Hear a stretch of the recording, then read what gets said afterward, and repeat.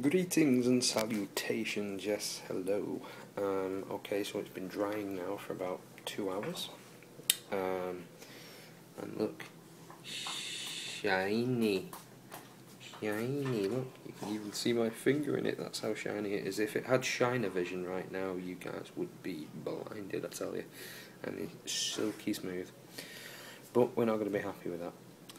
Now, I've done a pretty good job here. If I say so myself, I'm quite happy with it. So I'm not going to bother with the wet sanding. It dries pretty quick, this spray paint, to be entirely honest with you. It's pretty damn good. Look, but you can see a couple of tiny imperfections there. That's what we're going to try and rub out now. Now, if you drive, if you're lucky enough, I think you'll recognise this. Yeah, teacup. Sticking with not buying anything. Obviously, with me being driving and trying to look after my car, I have some of this. If you haven't, nick it off your dad, your mum, friends, neighbours, missus, whatever.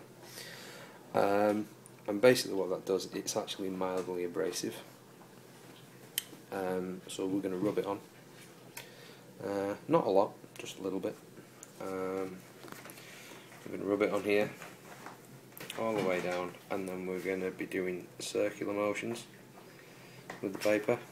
Now I'm using the paper towel, that's another reason. This is actually mildly abrasive as well, so mix the two, you're alright. You might want a soft cloth to rub it off with afterwards, it's entirely up to you, everyone does it slightly different. And what's going to happen is any bumps, any dust, any rubbish, anything that was actually stuck in the paint from the point of spraying, we're going to pull all those out, you know, and we're just going to try and buff it up to a nice shine, or a shine as much as we possibly can. I mean, if we think back, this was a standard, pretty naff neck, with frets, you know, not the greatest in the world. It was very dull, and if you've got one like this, if you've got like a Squire that's a bit naff, or you've got something else, then, you know, you can give this a go at home, that's cool. Excuse me, my dog is attacking my feet, if you wonder what that noise is. Yeah, so I mean, we've done, I mean, yeah, fair dues. If you haven't got these parts, then you will have to buy them, you know, swearing to me, but anyway, I have them. So I mean, all this is sandpaper, PVA wood glue, a bit of time, a lot of kitchen sponges, some paper towels, and some other sundries that you'll find. I mean, if you watch the series from start to finish, then you'll kind of pick up what you need to pick up. No specialised tools, no luthier tools. If you were going to buy this stuff, I reckon it'd come to about 15 quid, and that's next to nothing, especially if you think this is a £300 luthier job if they were going to do something like this properly. That's if it turns out, obviously. If it doesn't turn out, then, you know, well, I've spent all this time wasted, and you haven't. So guys, we're back. There we go. And basically, yeah, I've put the teacut on, liberal amount, all the way up. Like I said, you don't want to waste it. There's no point. There's no point putting too much on, otherwise it just doesn't do anything. And what we're going to basically do is we're going to work our way in a circular motion. Bit of pressure, you know, a little bit of pressure. You're not trying to rub through the paint. The interesting thing that you'll find when you do this is you'll be able to feel where the dust is or where the imperfections are, and basically where you need to go over again. You know, this isn't a quick job. I'm going to do most of this off camera, but you know, if you've polished a car or anything like that, then you're going to know basically what you're doing. It's wax on, wax off, Daniel, sir, I'm afraid, several times, but you know, time putting now will make a nicer looking fretboard. I mean, even now, it's, you know, nice grain, nice and shiny. These things have almost disappeared, you know, at a distance you're not going to notice those. Still got my lines,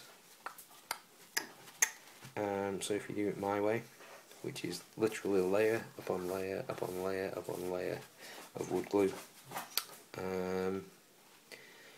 little sand in between, and then more wood glue, and it'll take it above the level, and then a nice big sand which will take it all smooth. Like I said, work your way up from about 100 grit up, 400, 500, 600 upwards. Get yourself to a bit of wet and dry, and then you'll get to this stage. Ooh, horrible. Anyway, so I'm going to finish this off camera, and then I'm going to show you what I come up with and see how shiny we can get it. Greetings, I come from the planet Coffee and Mini Hobnobs, yes. Yes, we're back. Okay, so I was just taking a small coffee and small hobnob break. Anyway, yeah, look at that. Hello, how are you? So I have buffed my little heart out with teacup, and to be fair, as you can see, I think you can see it shining in the reflection of my phone. It's come out pretty well. You know, there's a couple of dimples here and there and stuff that I didn't actually get, but for the purpose of this video, the fact that it was done for next to nothing on a shoestring budget, I think you'll agree. It's let's see if I can get it smooth. Any dimples that were already there, you can see that. Ooh, shiny. Okay. You're going to get dimples, you're going to get ruts, you know, there's no threats or anything that are going to protect these things. So, excuse me a minute. Mini hobnob, mini hobnob. Okay. Please excuse me. I seem to have been doing this video for a long time, so I do need to eat.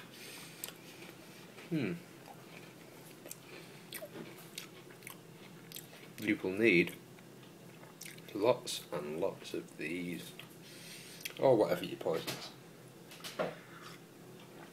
Anyway, thank you.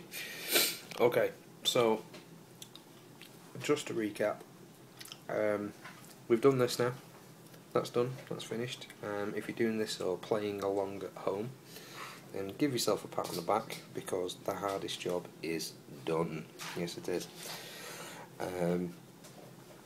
I am very happy with that. So next video, we are going to attach the neck to the body. We're going to string up. I'll give you a rundown in the next video once it's all attached. You know, I'm not going to treat you all like idiots, I'm pretty sure that you can do that.